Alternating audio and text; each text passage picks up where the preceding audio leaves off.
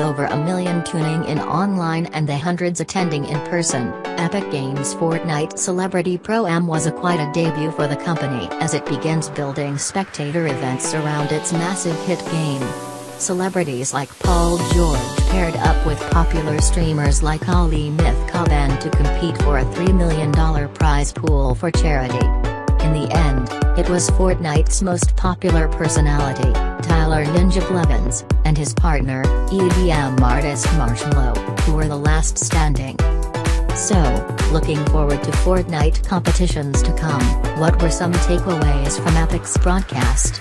Good question. Here are answers. Good, Fortnite is thankfully fun and easy to watch.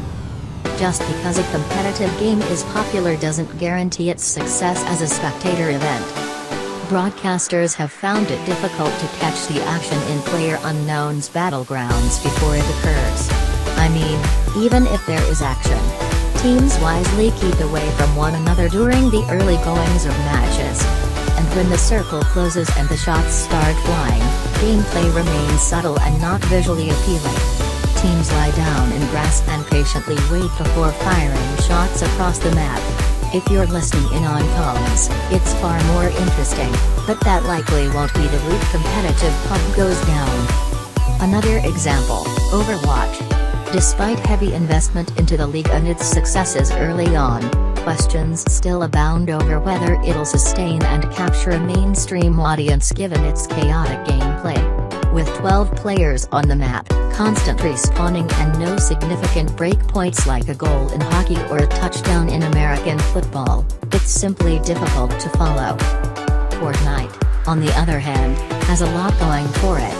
With build battles, dynamic items like impulse grenades and its cartoony style, Fortnite is far more visually stimulating. With a smaller map, players end up meeting each other often, and randomness actually works in the game's favor, forcing players to potentially run into dangerous areas to either grab loot or to get into the circle. And the broadcasters have an easier job on their hands catching the action.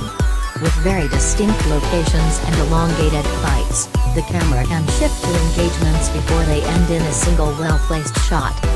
Like many sports and esports, the mid-game can be a toss-up, with either lots of battles or lots of camping. But it's all on a timer, as the circle constantly shrinks and forces fights.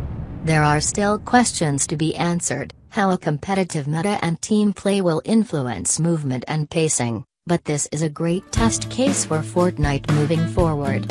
Also, seeing people dance on downed opponents will never not be entertaining. Bad, the arena setup needs some work. Seeing Fortnite written across the seats of the Bank of California Stadium is quite a sight. The staging also benefited by leaning toward the intimacy of League of Legends, foregoing booths and simply plopping everyone down elbow to elbow. But while bringing a sports outdoors is visually amazing, it also presents some drawbacks. The heat received on air complaints, with the sun beating down on the crowd and gaming equipment. And though hundreds of fans were in attendance, the empty seats around the 22,000 capacity arena may not look so hot when rebroadcasted on mainstream channels. Yes, it's a petty matter of optics, but there's a reason the Florida Panthers chose to put a curtain around its upper levels during low-turnout games. It's why teams still announce sellouts at arenas despite not filling every seat with a person. The more people, the cooler it feels for non-fans and sponsors. If anything, though, Epic has shown it wants to be versatile with its competitions, so it'll be interesting to see where else they decide to hold these events. A darkened sold-out sports arena is assuredly on the agenda. Good, the commentator crew was great, especially Dr. Lupo. In a sports, the shoutcasters are a huge part of the experience and often become just as big as the players. Overwatch's Eric DOA Longquist and League of Legends' Sam Kobe Hartman Kensler are cherished by the community, both for their knowledge and playful communication. Fortnite perhaps already has someone like that in Dr. Lupo. Lupo previously provided commentary at Ninja's Las Vegas event that broke the Twitch concurrent record for an individual streamer. and it was a good move by Epic to bring him back to commentate the event. Despite his self-effacing only claim to fame being Ninja's good friend, Lupo himself is a popular streamer, with 570,000 subs on YouTube and 1.5 million followers on Twitch. His ability to clearly communicate his thoughts while mayhem ensues translates seamlessly to the caster seat. He at once analyzes plays as an expert while translating it for a more casual audience. The rest of the crew did an excellent job, as well. Alex Golden Boy Mendez, Justine Justin Isbrook and Cassie Gloom Isabel all had great chemistry with one another, but Lupo's know-how, on the feet quips and popularity on Twitch should make him a mainstay Fortnite shoutcaster. Bad, there were some broadcasting issues. Growing pains are to be expected in these early tournaments. While nothing disastrous happened, the broadcast itself hit a few speed bumps. For one, the late start. Despite a 3:30 p.m. PST start time, the stream didn't really get going until after 4 p.m., and even then, there was a lot of downtime before the games started.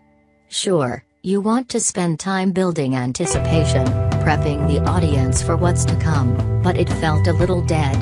One fumbled segment encouraged the audience to dance along to Fortnite characters on screen.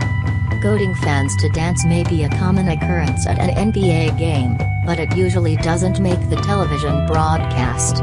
It was a bit of a fumble, and more time could have been spent interviewing the players and investing in the personalities, who looked like they belonged on the big stage. Myth seemed to have ice in his veins interviewing next to Paul George, and Ninja's personality can very obviously command a room. Another unfortunate misstep, technical errors. Players were adjusting options on stream, something that should theoretically be taken care of before walking on stage. Others were hitting glitches during the match. Equipment failings are par for the course in competitive gaming. Players in League of Legends pause the action to work through bugs, but sometimes it's only after a death that said bugs are discovered and dealt with. But in the game of Fortnite, you either win or you die. No respawns plus 100 people simultaneously playing makes equipment failures that much more devastating. But outside those hiccups, the stream was smooth during the matches and the post-game interviews were fun. The whole presentation toes the line between esport and streamer culture, which should help boost its already impressive viewership. Good, there's not just one way to play. While teams like TSM are signing 4-person squads in anticipation of traditional team-based esports, this event shows the many potential formats of a Fortnite tournament. The unpredictable free-for-all of solos. The playfulness of celebrity duos. With the sort of money Fortnite is generating, Epic can hold a whole host of different tournaments, which it intends to do. The company finally shed some light on what it expects moving toward with what's now dubbed the Fortnite World Cup. We'll be supporting community-organized events, online events, and major organized competitions all over the world, where anyone can participate, and anyone can win. Fortnite World Cup qualifiers begin in fall 2018, and culminate in the first Fortnite World Cup in late 2019. Whether you're in the competition or watching at home, we want this to be fun for everyone. What about the specifics? The $100 million will be split between many events at different levels of competition around the globe. Fortnite World Cup play will focus on solos and duos, but there'll be plenty of opportunities to squad up in competition, too. This is for you, the players. Qualifications for the Fortnite World Cup will be based on merit. Epic will not be selling teams or franchises, and won't allow third-party leagues to do so either. Rules, player code of conduct, specifics about platforms and fall 2018 schedule are on the way.